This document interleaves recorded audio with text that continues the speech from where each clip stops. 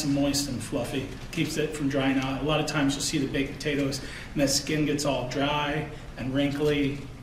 When you crack that open, you can see it's still nice and moist in there, nice, fall apart, tender. So I always recommend wrapping it up in foil. I did rub mine in just a little bit of olive oil, and you can season with salt and pepper if you want. I try not to do that too much because blood pressure. All right, so the last thing we have is our turkey cutlets. Again, as I said before, we just pounded these out. We cut these out into little triangles. I cut them in about an inch and a half, about an inch to an inch and a half thick, and they came out to roughly about 2 ounces per cutlet, 2 to 3 ounces per cutlet. They recommend that you only eat about 4 ounces maximum per meal period of protein. Some people way overdo it. They 2 or 3 cheeseburgers and you're well over that.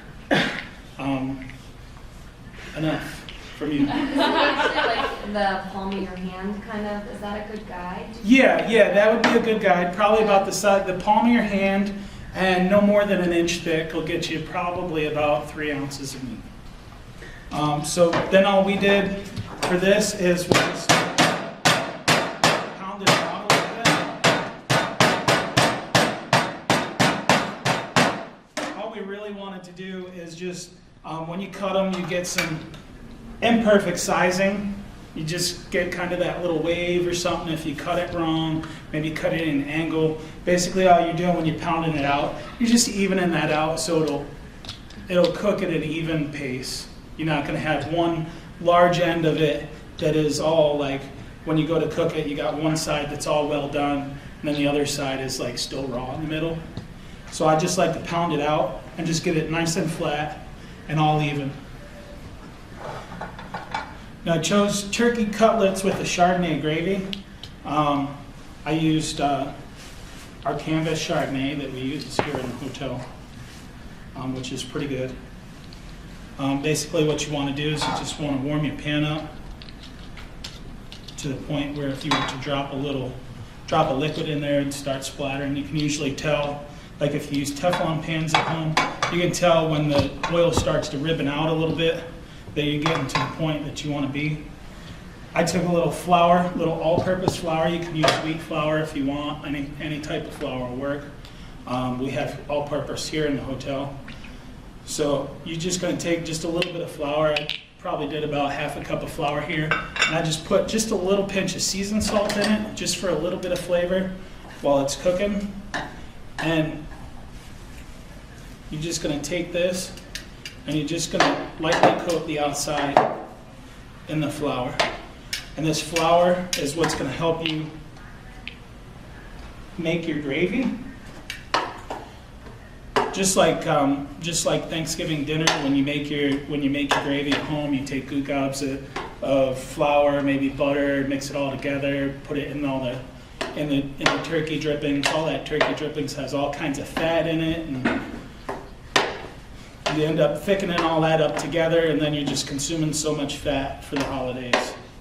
So we took a turkey cutlet, and we're just going to dredge this in this flour a little bit. You can see the oil's just starting to smoke a little bit. It's right where we want to be. So we're going to put these cutlets in there. And this is a very quick dinner. As you can see, I mean, we're only 15 minutes in and we're almost done.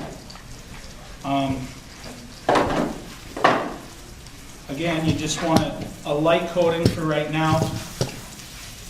And as you're doing this, you can see in the bottom of the pan some of that flour starting to fall off and mix with the olive oil. That's what's going to help thicken the Chardonnay up.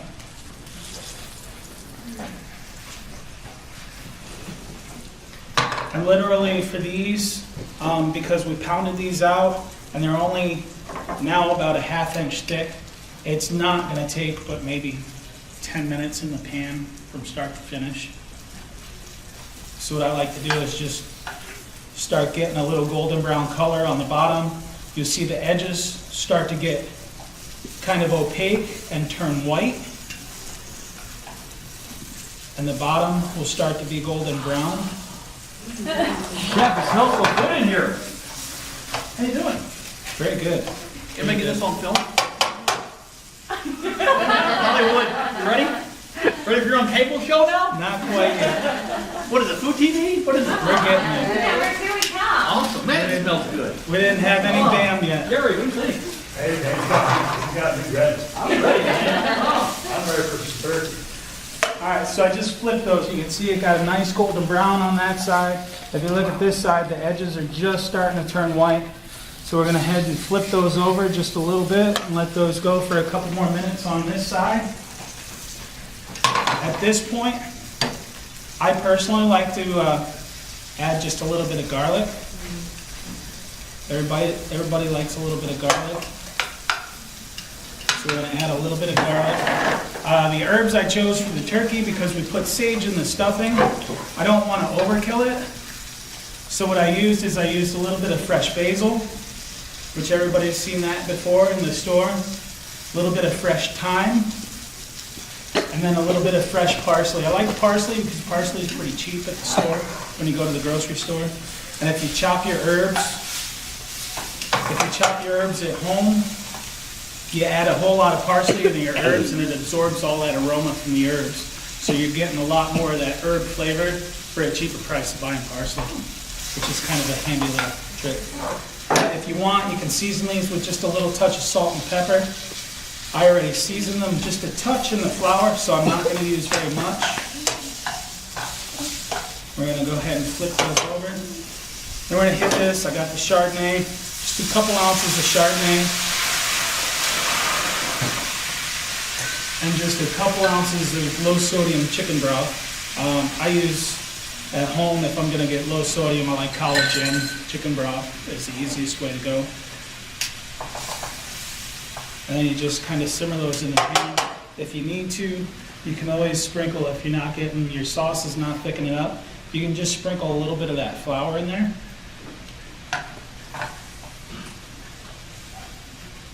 And that'll start thickening up that sauce. And when I say a gravy, like a pan gravy, is usually very light, very aromatic sauce. When you add herbs to things, you don't want to cook your herbs a lot. Herbs are released with heat, the oils come out of the leaves. So you don't want to put it in at the beginning of the cooking process, because you're just going to kill the flavor of the herbs. So really you want to just, right at the end, right when you're getting ready to pull it off, you just hit that with a little fresh herbs, and you can hit it with a little more wine. If you missed your Dan, you probably got the extra bottle over here and pouring yourself a little. The bottle I poured there, chef, would probably ignite the skillet. Underproof bourbon, I it smells great, huh, Tony? It does smell, yeah, I can smell it all in. Okay, I need to go in. Except gin. I'll find out why.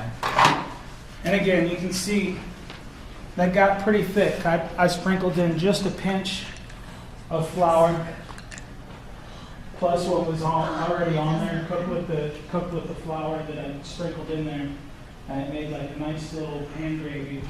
Just to put over the top. Karen. I have my directions right here. Oh, nice, okay. So that's pretty much it. What I made for the sweet potatoes, instead of doing a butter, I made a maple yogurt sauce. I just took some Greek yogurt, which helps the bacteria and enzymes in your stomach to process foods better. So that's why I went with the yogurt instead of butter. The Greek yogurts are really popular now in the store, so they're easy to find. All I did was a little bit of Greek yogurt, a few tablespoons of maple syrup, and a little pinch of salt and pepper.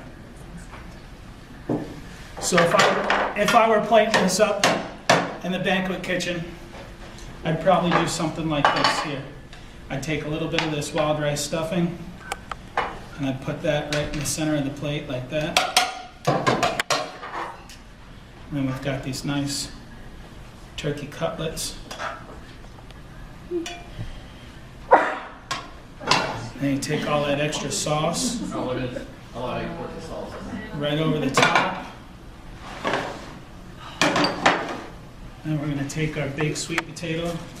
And I like to leave them in the foil. Everybody gets to grab their own. They don't have to worry about getting their hands dirty.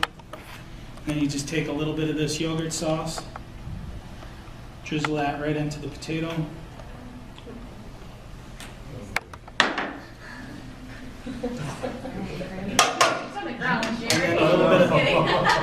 And then a little bit of our homemade cranberry applesauce right here for a garnish. A work of art. Wow.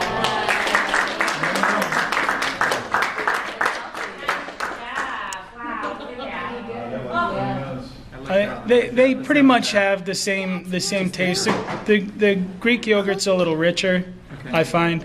But if you just want to get like a Dannon plain yogurt, it's fine.